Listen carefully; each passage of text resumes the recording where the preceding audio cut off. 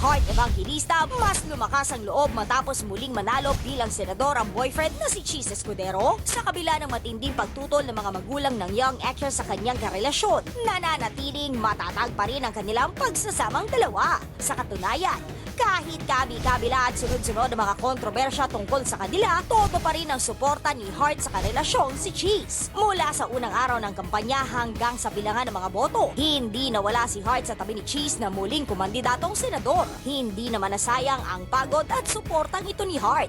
Sa katunayan, maging noong proklamasyon ng bagong halal na senador sa PICC noong May 16, naroon din ang young actress para ipakita at ipadama ang pagmamahal at pagmamalaki sa nanalong kasintahan. Bunsod nito, marami ang nagsasabing mas lumalakas daw ang loob na sumuway di umano ni Hart sa mga magulang mula nang nanalo ang kasintahang senador. Ayon pa sa mga ulat, buong ningning na sinabi pa raw ng young actress na you cannot put a good man down. Kahit hindi raw nagsasalita ng negatibo ukol sa mga magulang si Hart, tila nakikita sa kanya mga ikinikilos ang di umano'y pagre-rebelde niya sa mga ito. Kabilang nga raw rito ang hindi mabuwag-buwag na relasyon nila ni Senator Cheese, ang hindi raw niya pagbabalik sa sarili niyang condo unit, at ang madalas raw nilang nakikitang pagsasama sa mga okasyon at pagkakataon. Pero may mga nagsasabing masaya lang naman daw talaga itong si Hart sa piling ng senador dahil kitang-kita naman sa kanyang aura na laging fresh at umaapaw ng happiness.